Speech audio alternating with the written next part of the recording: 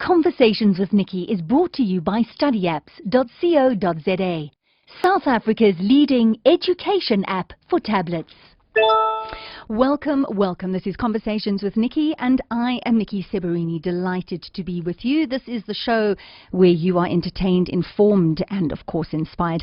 I'd like to welcome our syndication partner listeners. That is Eldo's FM, Chai FM, Kawi FM, West Coast FM, MC 90.3 FM in Plettenberg Bay, Neisner FM, Wild Coast FM, and Bay FM. Also, the show that we're going to have today is just going to be filled with so much excitement, so many wonderful stories, and there may be an opportunity for you to have to tune out for a moment or two because you have to go somewhere. Not a problem at all. The show will be podcast. All the shows are podcast every week, put onto my website. Please do visit the website www.conversationswithniki, Niki spelled Niki.co.za. All the podcasts are there. Now, my guest today is, well, he single-handedly changed the face of radio in South Africa. Radio that you and I know today is the way it is because of this man. I mean, he was in this fantastic medium for many, many years, over 35 years. He was the highest earner. In fact, he had the benchmark. He told his employers what he wanted to earn, and they were quite happy to pay him what he wanted to earn because everybody tuned into his show. He was the king of radio. He was loved by all. There were some who disliked him, and that's because he was pretty controversial and he loved to provoke. And he has just recently been honored at the MTN Radio Awards, where he received a Lifetime Achievement Award. So we thought, how wonderful to have a man who has had so much experience, who has been so instrumental in changing the face of radio, as I said, to share his story and to share his life. So I would like to welcome Mr. Long John Berks to the show. John Berks, hello. Hi.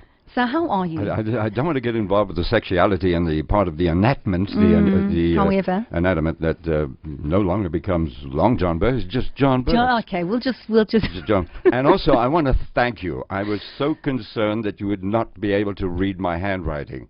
And you read it perfectly. I read it. And the tip, is the tip going to go with it, John? Whatever you want, sweetheart. Thank you. I'm going to write it down. I'm going to pass you the amount under the table, if that's okay. That's fine. All right. We won't tell anyone. And also apologies for wearing dark glasses. Why are you wearing dark? Do you not want to make eye contact with me, John? Are you trying to hide something? Let's be clear here. I will tell you, it's not a Hollywood thing or it's not a hep thing, you know. It's got to do with, there's a little island about 4,000 miles off Perth in Western Australia, where the Cougamees live. The Cougamees? The Cougamees. Uh-huh. And the chief Cougamee very often develops a red eye. And the other islanders, well, I speak their language, go, and what that means is be nice with the chief today because he's got a Cougamee in the eye.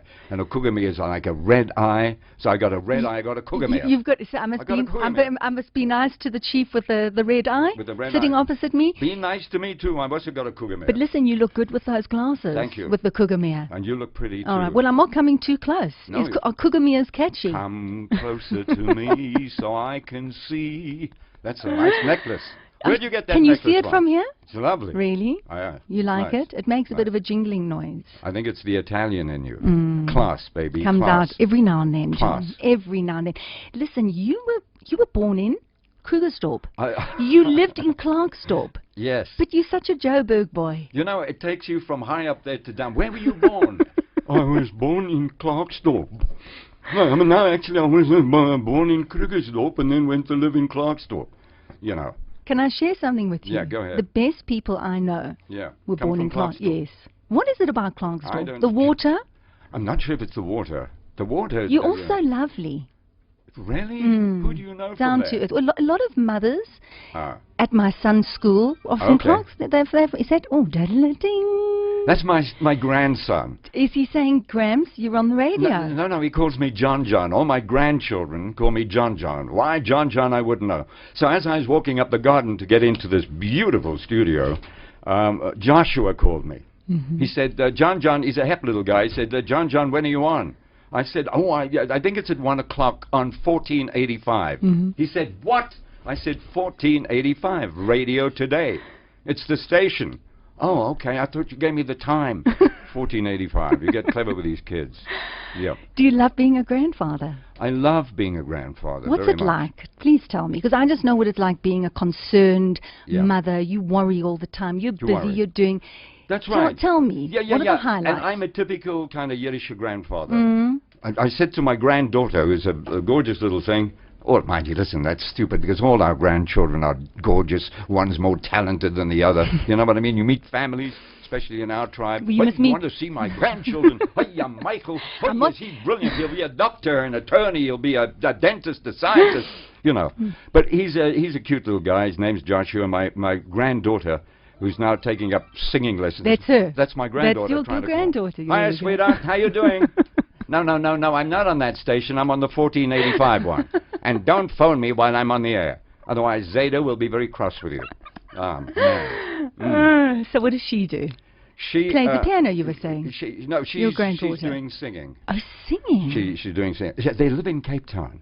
And can I tell you a secret? Cape Townians are a different breed, a different culture. They like different islanders. And if you come from Johannesburg, you go to Cape Town, you will never... There are three things. You'll never be greeted because they have yet to understand the magic of the spoken word, you know, alone and all alone. And someone comes along and says, hello, and it makes your world, you know. So they don't know hello. They don't. This is Cape Townian. This kid's not listening. How many to me. grandchildren have you got, John? Is this one or two? Grandpa said, don't call me when I'm on the radio. Will your mother take care of you? All right.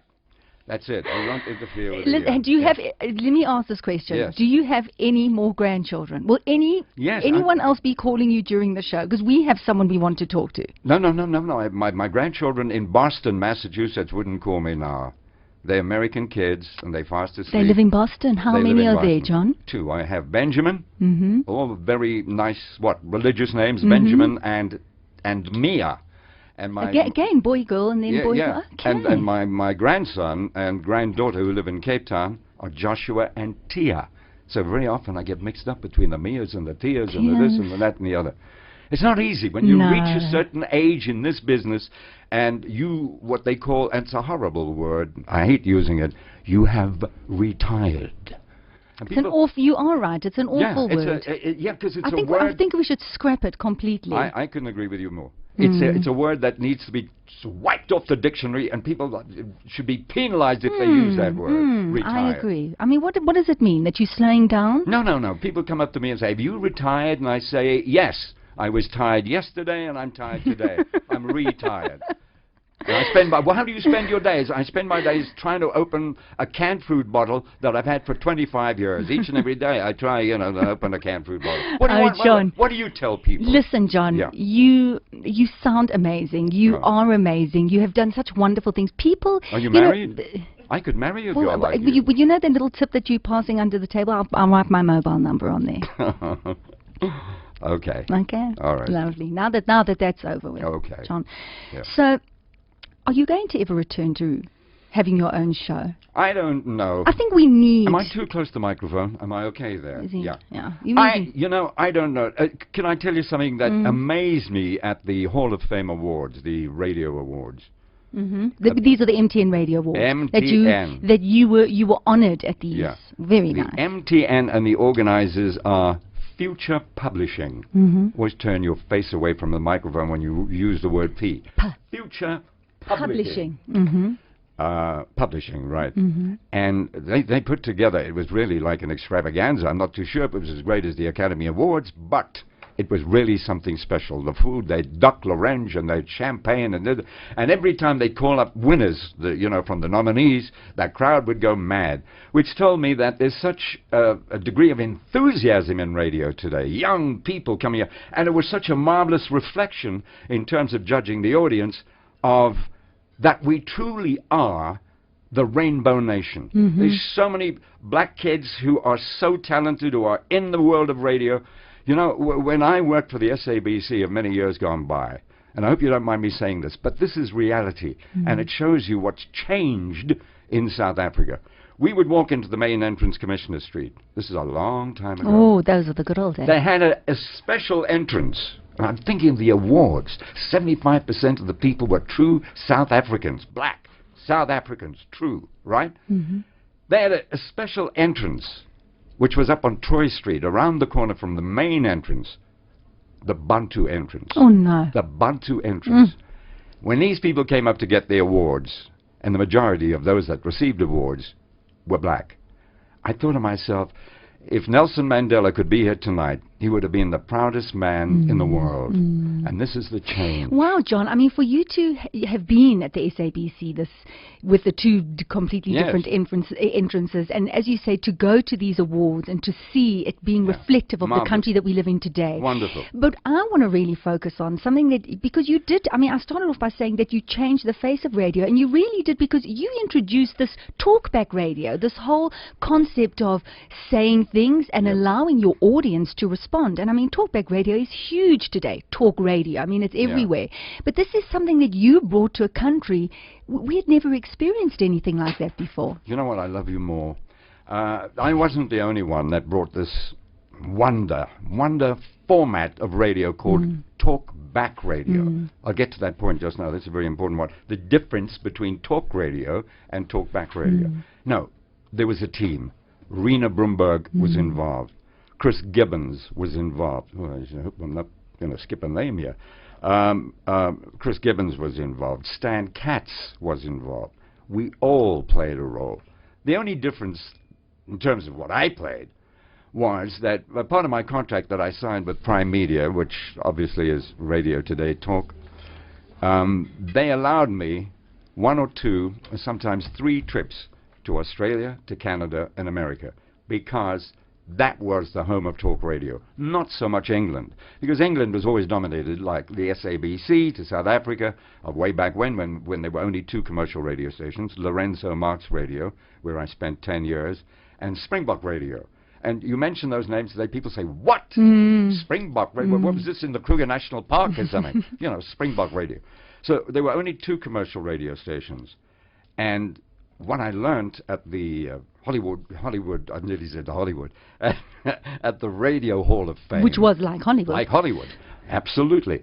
At the Radio Hall of Fame was that there, now wait for this, give a pause and listen. There are over 200 radio stations in South Africa. Community, yes. But isn't that a wonderful way for radio guys who want to get to the top of radio and understand the business? What a teaching process. It is. To go to community and then move on to commercial radio and do it This all. station is one of them. Community. Many It's future presenters and producers come through the station, I must say. It's absolutely right. It's the greatest training ground that any young fella could wish to be involved in.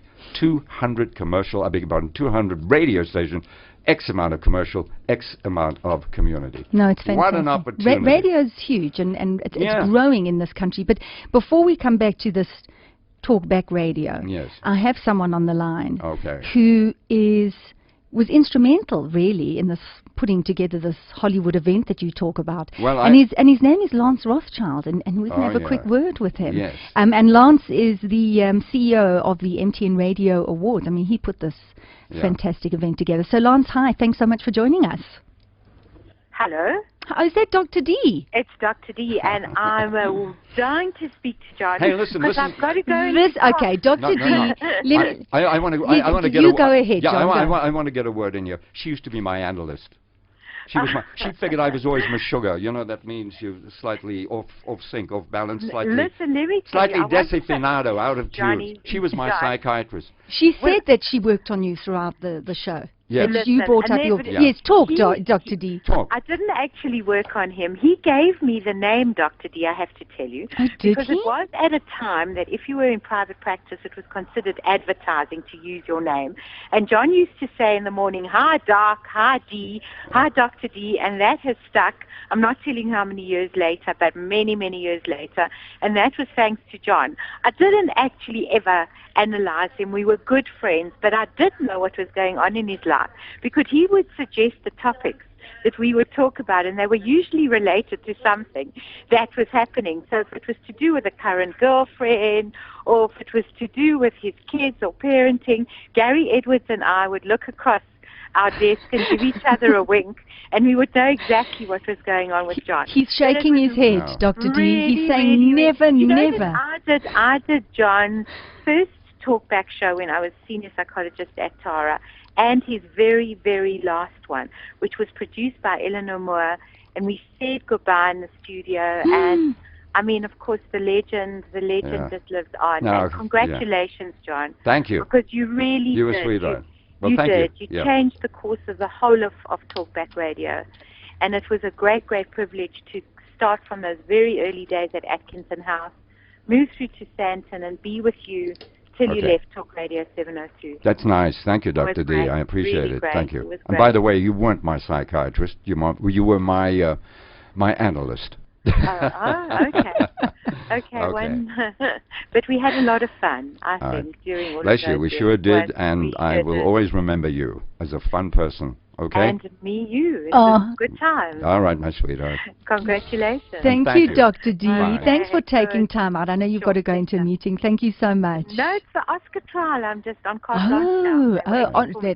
Back to Thank carte you. blanche. Thanks, Yeah, Dr. D. okay, Bye-bye. bye-bye. She's been very busy with the Oscar trial. John, have you been watching I have been watching. riveted? Yeah. You know, I mean, the fact that we haven't an election coming up just seems to be incidental because everyone is concerned yeah. about, which is so Yeah. ridiculous, really. But Do it's Oscar. you know what I find interesting? Oscar mania. I'm so glad that they agreed to televise it, because for the average person like me, my Boy Scout coming out of me, I've never been to court. Me neither. I did not know what a court looked like. I did not know what the proceeding was. I did not know anything about a courtroom, let alone a high court. So I think so many people have learned by it.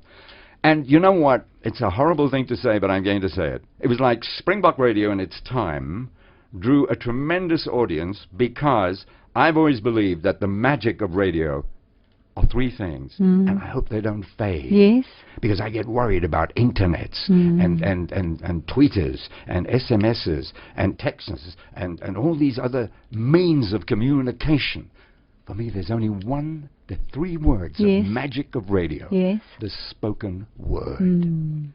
Because the spoken word allows the blind to see. And let me explain it. One of God's greatest gifts to man is sheer imagination. Nothing more, nothing less. It's like Disney. It's imagination. If I paint a picture with a spoken word, people, if you paint it well, that is, people can see it. Be it a train moving along through the Karoo bush on your left and right, shades of purple mountains on the horizon. They can see it. What does an SMS do? What does a text do? It sends a little message. As long, I know the internet is the exciting thing. It's the next advancement. We went through shortwave, AM stereo, FM, this, that, and the other, and now they talk internet radio. But could it ever replace the spoken word, the magic of the wireless? I'm old-fashioned, you know. I love that you talk about the spoken word, because we see it as a theatre of the mind, because you are Absolute. taking Well, you people knock- on an extraordinary journey. But you knocked the nail right on where it belongs, on the head. It's theatre of the mind. You see the picture. When I was two bricks and a ticky, how I got into radio, I'm going to be very quick here. I know you're running for time. No, this is your show. We want to hear these stories, John. I lived in this tiny little town called Clarkstorp, and my late father was very keen on cricket. And he would say, Johnny boy, warm her up. You don't hear that word anymore. Warm her up. Warm her up. And you know what he meant? No. There was a little green light. And when the green became very dark green, you knew that the reception was as good as it gets. And you'd have this voice, you know, hello, this is the SABC. We cross to Lord's now, where John Arlott, Rex Alston, and E.W. Swanton are talking to listeners in England right now. We join them now. They say, you know, Tayfield, this is John Arlott, turns from the Vauxhall Lane and comes into bowl to Cowdrey. And Cowdrey plays forward on the leg side as the 3:45 to Birmingham goes clicking by. I saw a picture, a cricket picture. I saw the train going by, descriptive. You were there. You held on to every word, every pause, every nuance. Well, what describes anything better than the spoken word? So I'm going to end it by saying, Internet radio, exciting source of information, is now so broad. But very often, don't only ask them to SMS you or fax you or whisper, tweet you or whatever. Speak to them on the phone. That is talk back radio. Talk radio in America is the Rush Limbaughs of the world, and I can name them all, not all, but I can name the top guys. They're political, they're on the right wing, they're the left wing, Bobby Grant got fired at the age of 83 for passing some kind of racist comment. 83, WOR in New York signed him up for something like $2 million per year. So it's controversial, it's radio, it's talk radio. That's talk radio. Talk back radio. Talk back. That's when we decided to move from music radio to talk back radio. From music radio to talk back radio, SMR, which today is known as Prime Media. Prime Media. Radio 702 Talk Radio. It used to be SMR. Then it moved into 702 Music Radio, and then we changed it to 702 Talk Radio. Why? Because we were on the AM signal, and AM meant talk in America and Canada, Australia. AM is talk at that time. And we decided that soon there'd be transformation. I'd got back from the U.S. and I saw it. People shouting, screaming, "Free Mandela, free Mandela." And I thought, South Africans have never had a voice, the opportunity to express opinion. Absolutely. A voice. Give them the platform, which we did. And if I may say, Mandela himself said, it should not be forgotten the contribution that 702 Talk Radio made towards the contribution, well, not the contribution, to transformation. Well, I think it's a good time to bring in Lance Rothchild, who is the CEO of the MTN Radio Awards. Hi, Lance. Thanks for coming onto the show. Hi, Nikki, and hi again, John. Lovely to hear you on radio again, John. Hi, Lance. Where are you calling? I'm not sure where he lives now. I think in Cape Town. Are you in Cape Town, Lance? No. I live in Plettenberg Bay now. Oh, the good life. Yeah, that's where you figured you run away from the Johannesburgers, and all you do is you meet them every day. Yeah. Well, only in the holiday season do we meet them every day, but I must much prefer the Plet traffic to the Johannesburg traffic. Listen, I think it's fantastic. You're talking about technology, John, and we're talking about talk back radio, and people are using the tweets and the SMSs and the emails and whatnot. But isn't it fantastic, Lance, that you can put together an MTN Radio Awards and you live in Plettenberg Bay? Because I'm sure you didn't spend the entire time up in Joburg preparing for the awards. I'm sure you did a lot of the work while you were enjoying the quiet life in Plet. Well, yes, I have an office here. I haven't retired. I'm not in the fortunate position of certain people to be able to retire. So I live here and I have an office and I have quite a disciplined life. And I travel up to Gauteng normally sort of twice a month, once every 6 weeks kind of thing, just to get up and to be involved with the radio awards and with some of my other business interests. But the radio awards is sort of my biggest single involvement, and it's an all-year-round project, and it was an absolute honor to honor John on Saturday night. Thank you. Because I'm a huge Berksy fan. I got into radio. In fact, I think my interest in radio was piqued by John Berks when I was in primary school and high school, listening to him initially on LM radio and then ultimately on what was then Radio 5. And although we never worked together, and in fact at times we were competition, I've always tremendously admired and respected Berksy. Have some lovely anecdotes about John. Please share them.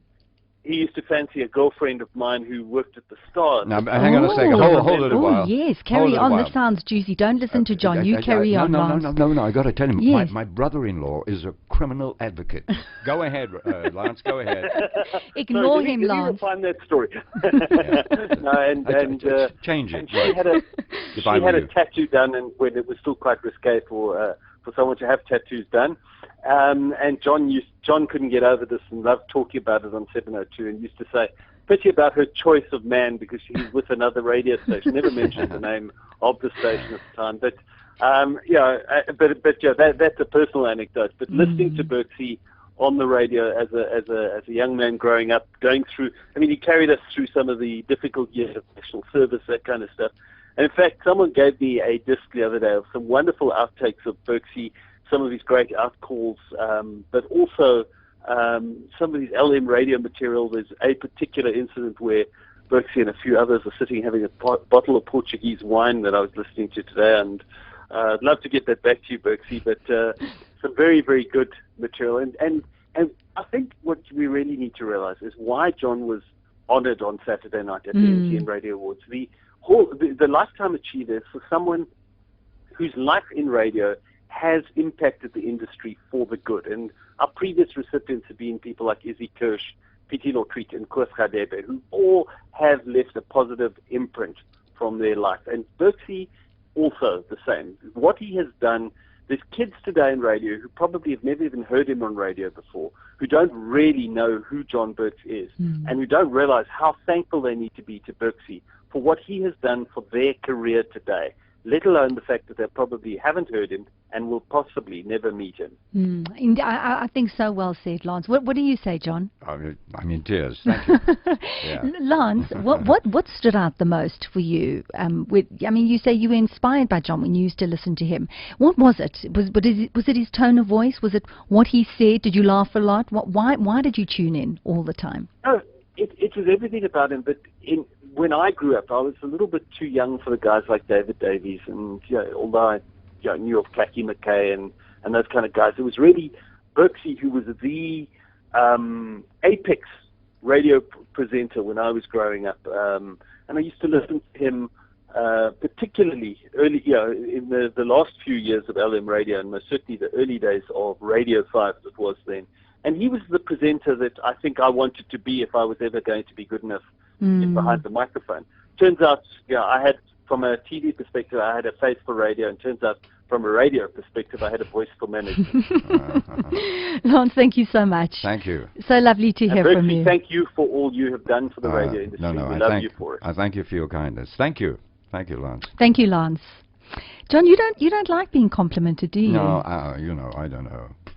Listen. But isn't it good to feel it? I mean, when you've given so much, isn't it great when people are thanking you to really feel? Yes, of course because it is. You've given. Of course it is. So it's important that you receive, if you know what I mean. I've always tried to see myself as a guy in show business, not the media. Okay. Do you think of yourself as a media person? You're in show business. You entertain. You're behind a microphone, except you're not singing, but the spoken word, and we spoke about that. And you do shtick, you do comedy, you do sadness, you do gladness, you go through incidents that are unbelievable. I was on the air with Gary Edwards, 1984, marvelous talent, dear friend, now lives in England, great broadcaster. We're on the air, we're doing a morning show, a mid-morning show, because I did breakfast from 6 through 10. Then, when we decided to buckle up and have courage and change format and talk to South Africans and get them to talk back to us. Okay. So it was just before that. Gary Edwards gives me the signal. We're talking, the weather highs at round about that and traffic and so-and-so is on the, the helicopter, the eye in the sky and all that shtick. Gary Edwards looks at me and goes, gesticulating the finger across the neck. Now, you see, this is where radio plays the role in terms of understanding the spoken word and painting a picture. I hear you. I push my forefinger across my neck like a saw, which indicates cut, C-U-T, cut me off the air. And he frantically went, cut the story. There was a guy who believed I was having an affair with his lady. He had 2 petrol bombs in his hand. And I don't know what else he had in his pocket. All I know is that Dennis Smith, and I hope that name rings a bell. Of course it does. Ace, beautiful voice, marvelous newsman, great man in each and every way. Smith, and he was a bit of a Woody Allen. He was not a macho guy. Academic, but a personality plus. Smith runs out, jumps on top of this guy, and pulls him down. But when he pulled him down, little did he realize that what this guy also had was a crossbow. Oh, he walked in with all of this With a ammunition. crossbow. No, that's I'm not kidding you. shocking. Well, this is a true story. You know, Right it was, on. check the archives. It was reported. He walked in with a crossbow. The cops arrived and told me that had he managed to use that crossbow, he said, you would not be here, because that crossbow could fell an elephant or any a buffalo or whatever. It was. So your It was a life real was crossbow. at risk. Yeah, there was an attempted assassination. My goodness. And they had a SAPS helicopter flying around looking for this guy and whatever. Years later, he wrote me a letter of apology. He said he's just come out of a home. He's received all the mental, aid and treatment that one receives, I should imagine. And he was grateful. He said, because of that incident, it's changed my life. Gee whiz, John. Mm. You have many. I have a feeling you have many of those kind of stories up your sleeve. Not The as question, tragic as that. listen, we're going to take a break, but the question is, and you don't have to. No one else. Were you having an affair with his girlfriend? No.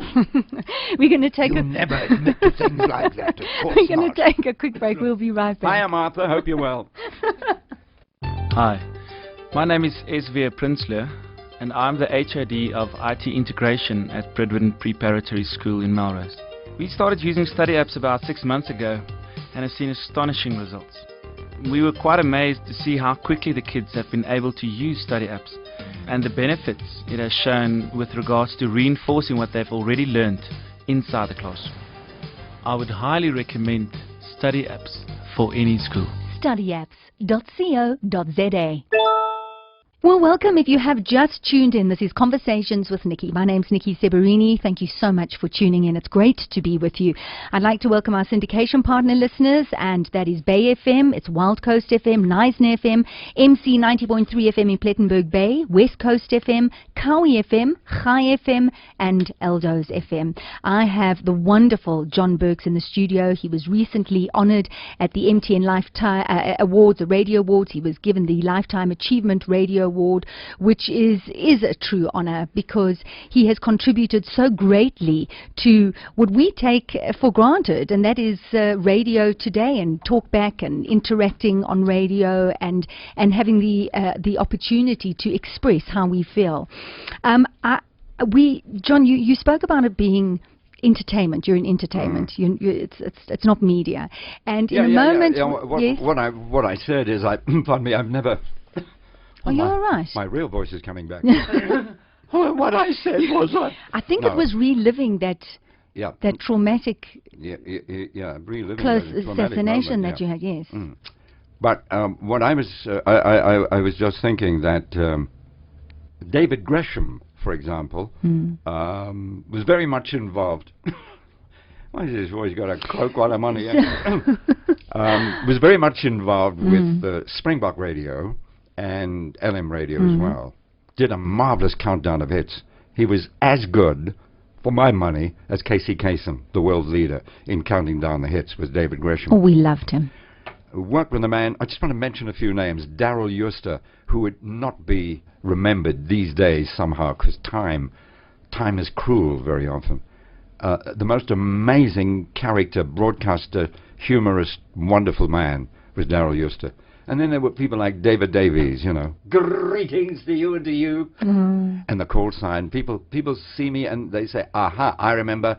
Aqui em Portugal, Moçambique fala fosse Radio Club Lorenzo Marques. This is the Radio Club of Lorenzo Marques. There was a lady called Donna Amelia, who used to work in the library. And that was the call sign she gave. So people remember, that kind of thing. And there's as you go through the tunnel at times, some wonderful, wonderful characters. Jerry Wilmot, who was the man who passed me into the world of radio. Passed me into the world of radio. Introduced you. Doesn't sound right. Introduced you into the wonderful world. It's this flu tablet Passed. that's just kick. It's that, what's the eye, the red eye called? The flu tablet. The Flügelschlangen. Oh, the fludels. Listen, you hear the voice on the radio, but what you don't always realize is that there's a full team behind the voice. And we've got someone who helped you. He was a part of your team for a while.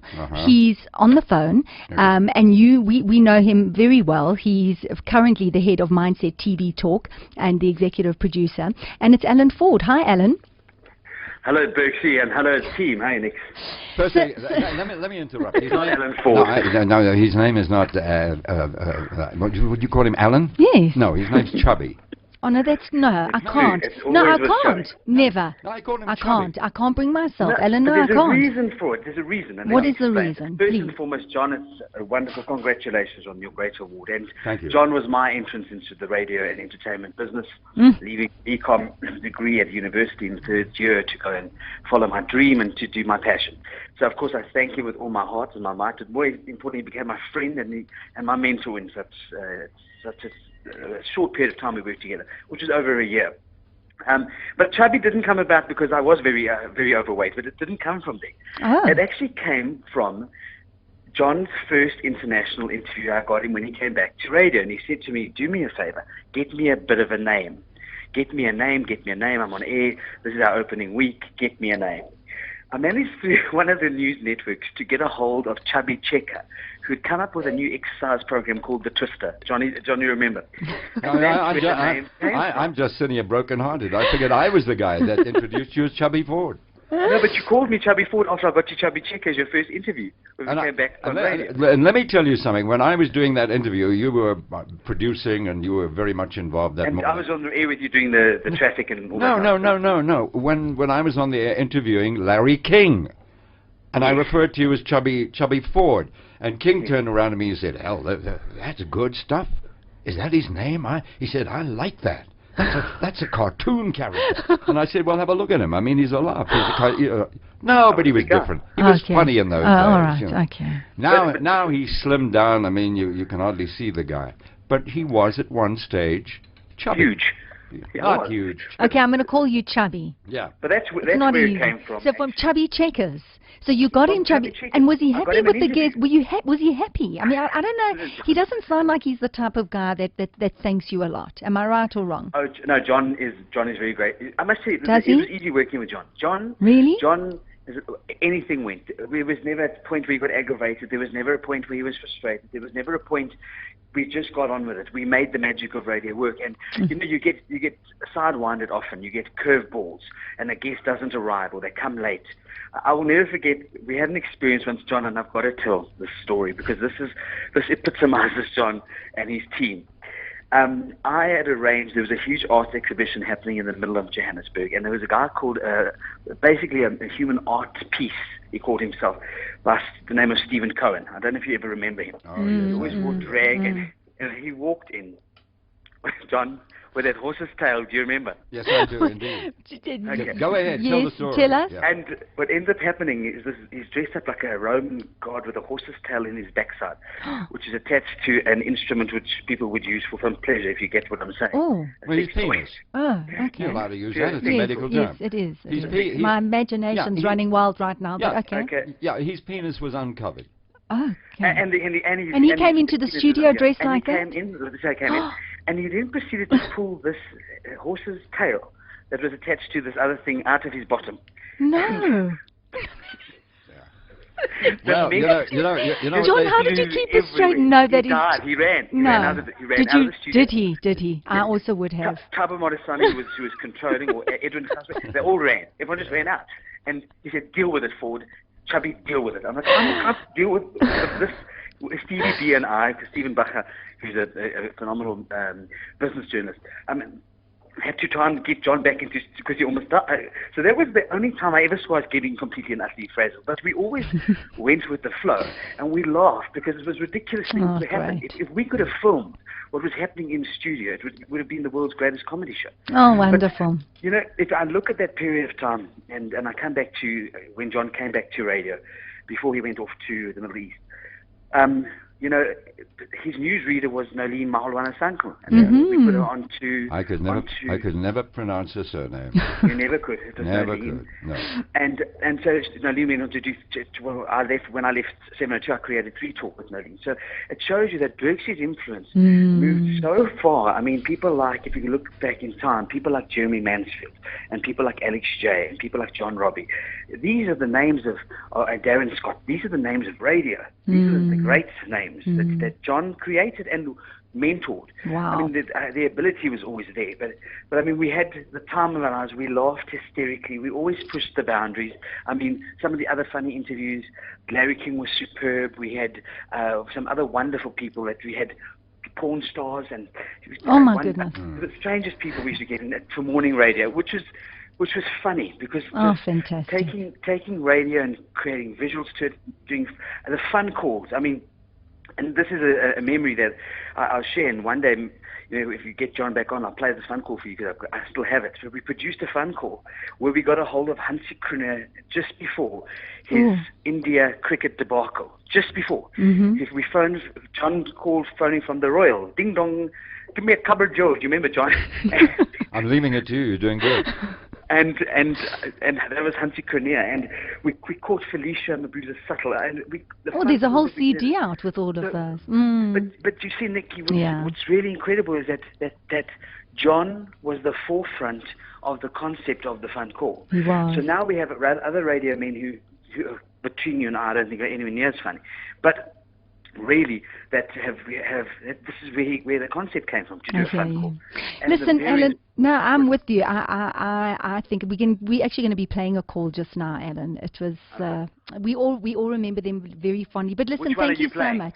Well, it's a surprise. You'll have to wait. You'll have to wait. But thank you so much, Alan. Congratulations. Thank you. That's very kind of you, Chubbs. Thank you. Thanks for your call. Thanks, Chavi. Bye-bye. And I mean, that's Stephen Cohen. I mean, that's a horrific story. Do you remember all of the stories clearly? Because to have such a long career with so many exciting things happening, John. No, I do. I recall that. I mean, it's like unforgettable. How could Guy you walks forget? around with his penis, and I mean, I don't know, he had a carrot in his top. Oh, no. You know, it was all happening. He had a beetroot in his forehead. He had something else, a pumpkin. I won't tell you where. But it's hey, listen. Whatever gets you through the night. Whatever gets you through the night. Whatever gets you through the night. Chubby spoke about the calls, and you were so well known for the calls for the characters. Can I just do a quick intro to that? Yes. Do you know which one we're going to play? Yes. A phone call. The phone call. Yes, you know which one? With the king. With the king. With the Hotel King. With the Hotel King. Tell us. I just want to give you a prelib into... prelib? What kind of word is it? It's a nice word. Okay. Can I use it? I'll give you a prelib. a prelib coming up. The prelib is... A prelib with the Soul Curtain. Melanie Milne was his PR. She got in touch with me. He was about to launch The Lost City, the palace. And she said to me, pardon my voice, I've got this flu. Yeah, that's okay. She said to me, he's not too keen to invite Ronald Reagan. Why wasn't he keen? Because he felt Reagan was past. Passé. Ex-president. He wanted hip, young people, you know. So this is the call. Okay, let's take a listen.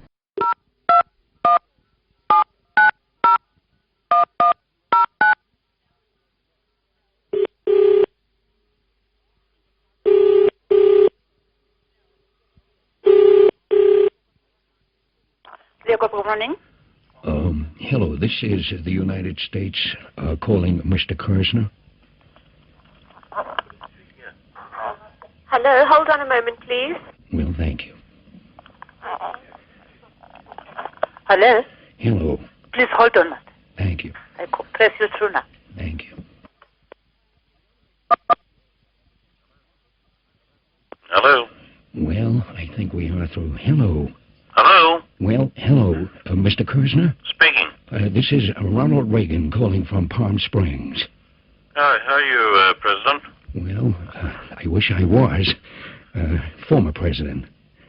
I'm calling on behalf of Horace Rosen of NBC, who made mention that you may very well want Nancy and I to be at the opening of your Lost City. Apparently, Rosen of NBC said that you expressed some desire for both Nancy and I to be there. Well, I'd be delighted if that were possible. Well, it all depends on logistics, naturally, and the time and date. Well, the timing, President, would be around the December 1. The official opening is on December 1. Right. Right. And, we have a series of events from golf to the opening event on December 1, running through to December 6th, and then ultimately we close off with Miss World on December the 12th. So depending on your timing, we'd be delighted to make arrangements for you and your wife to come out to the lost city. Well, if I may say, apparently the cable network that you have there was in touch with NBC, and that's why Horace Rosen called me, stated that apparently the network, is it Mnet or something? Mnet, yes. They were the people who I figured the invite would come from. The invite would come from myself.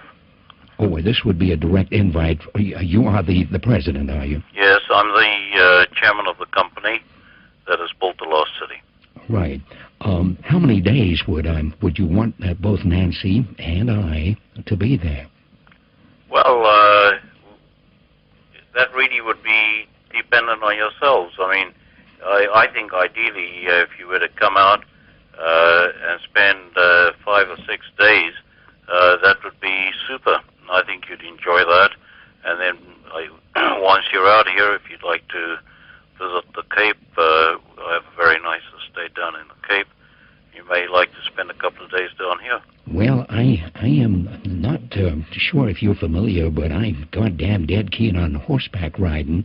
And if this is possible, that would really encourage both Nancy and I to spend time in your beautiful country. Well, that is certainly possible. There's no problem with that at all. So I should then just liaise direct with your office. Yes, and if you tell me where we can touch base with you, why don't I'll send a fax across to you, and let's make the necessary arrangements. Well, if I may call you Saul. Yeah, please. If I may say, Saul, gosh, goddamn, this is something very special, and both Nancy and I, well, would look more than forward to being with you on the celebrated occasion.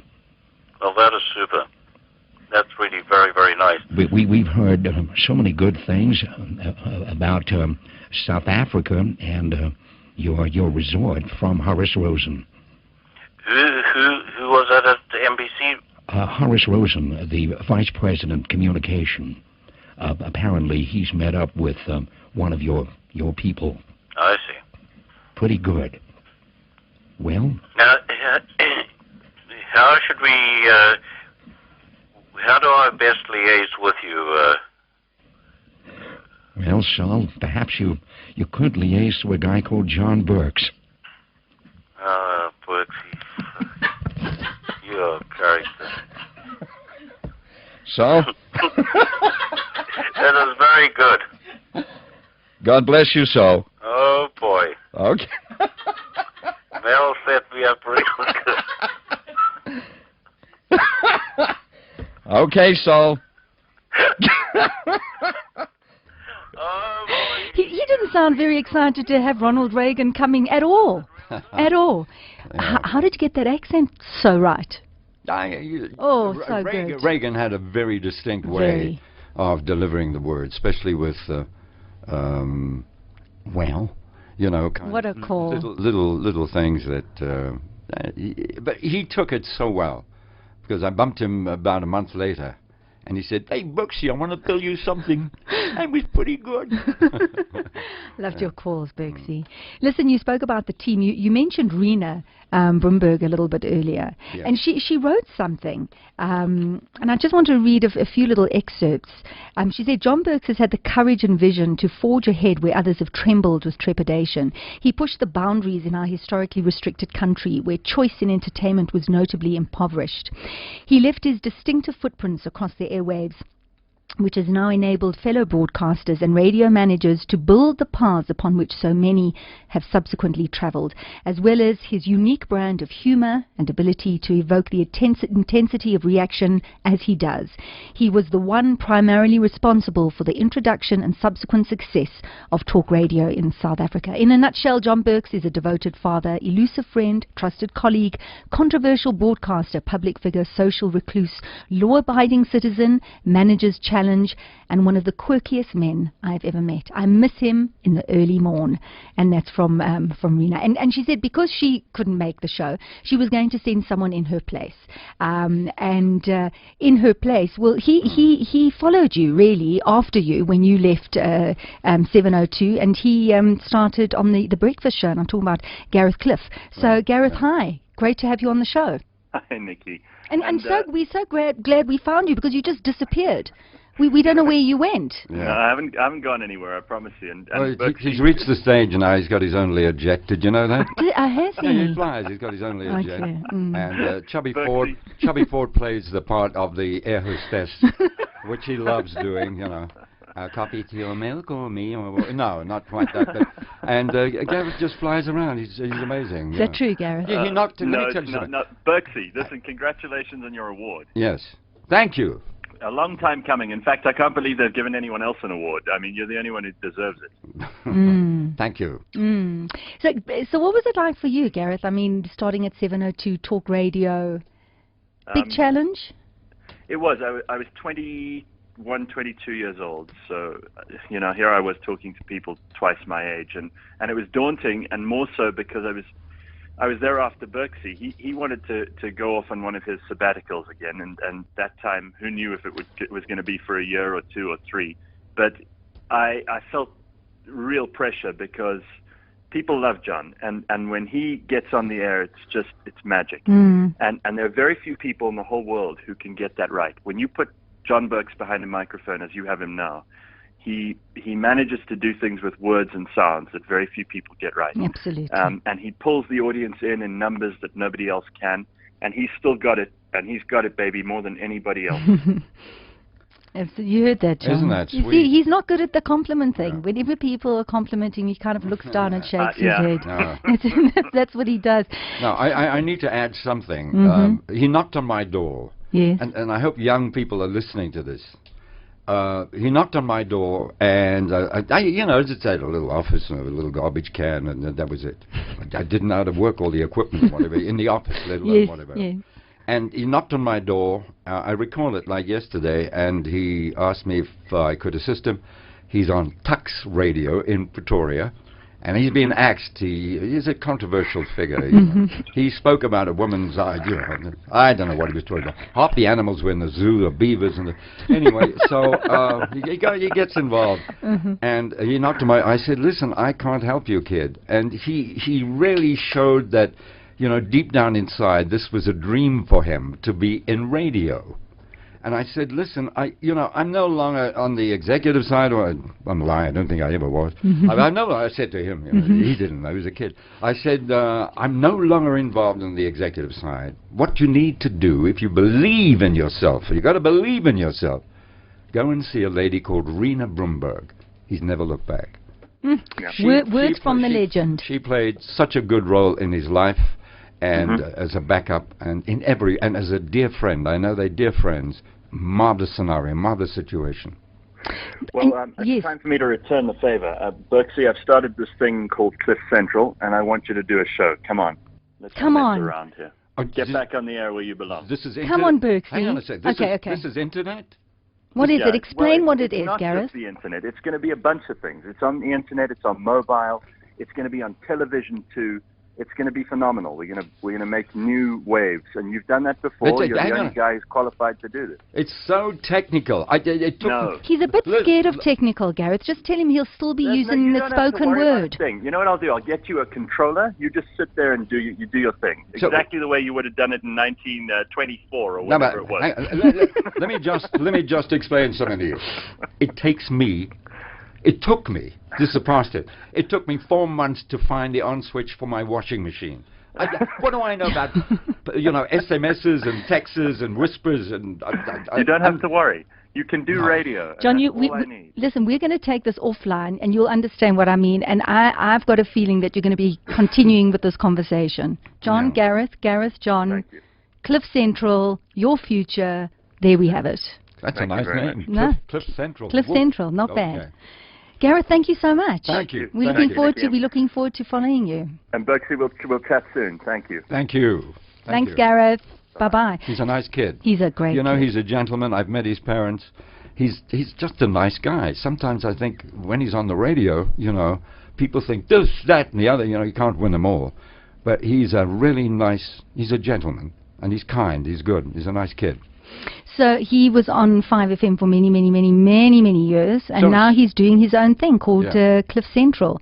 Unapologetic, Unleashed, Unradio, launching 1st May. Right. So I think you need to chat. I feel like I'm setting up a shidduch here. No, it's very nice of him. Okay. There is going to be one more person that we're going to be talking to. In fact, you spoke about him a little bit earlier. I'm hoping we're going to be able to squeeze him in very quickly. But I have to ask you, we've spoken about technology. We've spoken about this fantastic opportunity that we have in radio. And you spoke about how with Talkback Radio, it was so important. It was such an important time in South Africa. Do you think that that media is playing too much of an important role in big decisions that are made in this country? When you look at Nkandla, when you look at something like the Oscar trial, when you see how media and radio, because you're getting the interaction, do you think it's a good thing? I think it's a marvelous thing. Absolutely. Are you happy? Are you pleased with where we are with radio? This is democracy. You're in a democratic country. Express whatever you need to express, be it the spoken word, be it the electronic media, be it the print media. I admire the guys in print. I admire the guys who are doing what they're doing on radio. Tell it like it is. Tell it like it is. That's the part of radio. Tell it like it is, Very quickly, can I add something? Please. To your radio station, you've got a man who's made history. Lance James runs a show called Keep It Country. And he's been doing it for about, I think the Dead Sea was only critical when he started. They were laying the foundations for the pyramids, and people kept the dinosaurs a pet. Really? The guy is ancient. He walks around, people have to wind him up, but he knows where the studio is, and he's still doing it, Keep It Country. Oh, fantastic. Amazing. I love it when some things stay the same because everything changes. You mentioned David Gresham. I remember him as the man saying, put your feet on the ground and reach for the stars, and we've got really just 2 minutes. Hi, David. Hi, how's it going? Well, it's so great to have you on the show. I mean, and John's been speaking so highly about you. He's lying again, but it's fine. Again. But what I didn't have an opportunity to congratulate him. I didn't go to the MTM. Unfortunately, last year there was such a disaster with the seating that I thought I was sitting in the toilet, good old Lance. So I decided not to go anymore. But I did miss the one thing I wanted to do, and that's to congratulate John, because he really deserves it, and we've been friends for a long, long time. You worked with him at LM Radio, Springbok Radio. What do you remember fondly about John? Well, he doesn't like the word fondly. I arrived in Lorenzo Marx when John was actually doing the breakfast show, and the one thing he always was boasting about was that David Davies, who used to phone us all on the air and give us hell, never ever phoned him. And it was one of those things that he would never phone him. And on the one show, we were talking about that precise thing, and there was a call. It was David Davies phoning him, and I thought John was going to fall off the chair because David screamed his head off. And I have never ever forgotten that. And by the way, I was and I was on the end of one of those as well for using a phrase about I don't think the song is that good. And David came running into the studio. He said, I never want to hear a broadcast on my radio station saying me, myself, or I. It's about you, you, and you. And he used that line to you and to you, and especially to you. And John could emulate David like no one could. And those were exciting times. Plus, I was the only one who had a car. So John and myself were not the best of people, but we were good people. John's... he's a good friend. He's a good friend. David, thank you so much. Thank you for... Sorry we don't have more time. I'm sure you've got so many more stories. It was lovely chatting. There's a lot. And congratulations again, Berks. You deserve That's very it. kind of you. Great very friend. Kind of you. Yeah. And don't forget, we're hungry, so let's go for dinner. And long may you live. You know why? Because there are only around about 3 of us who's still alive. That's Evie. I'm talking about from LM Radio. Evelyn Martin, David Gresham, Gary Edwards, and myself. It's incredible. Yeah, but we eat the right foods. Prawns, kosher, that's good. Yes. David, thank you so much. Thanks, Lee. Thank you very much. Thank you. Thanks. Bye-bye. David Gresham, just talking about John. So, I mean, everyone's been saying, you come work for me. David's just offered, he said, we've got to go out for dinner sometime. Are you not talking to people, John? Do you just keep to yourself? Why is everyone I do. inviting you to things while you're on a show? Be honest, do you ever talk to yourself? Often. I'm quite good company every now and then. Especially in the car, when people look at you and go, and then you go, there's nothing wrong. I talk to myself occasionally, Berksy, it's been wonderful. I wish we had more time. Your show, and I wish this radio, it dentures. I wish this radio station all good things. Because it's lovely. You're playing the kind of music that is needed. You're talking to an audience, and they need people like you to talk to them. And you're on AM, your signal in the car is great, you have a nice family of people, and this is tremendous. You're off to a great start, although it started some time ago. Can I mention Peter Lotus? Yes. And Rosalie, his wife. Peter's been in this business also, some dinosaurs, the pyramids, Dead Sea Critical, got well. It's been a long time.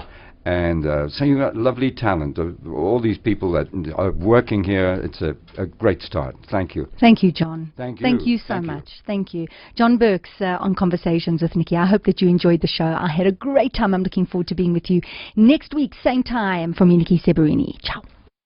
Hi, my name is Esvia Prinsloo, and I'm the HOD of IT Integration at Bredwin Preparatory School in Melrose. We started using study apps about 6 months ago, and have seen astonishing results. We were quite amazed to see how quickly the kids have been able to use study apps and the benefits it has shown with regards to reinforcing what they've already learned inside the classroom.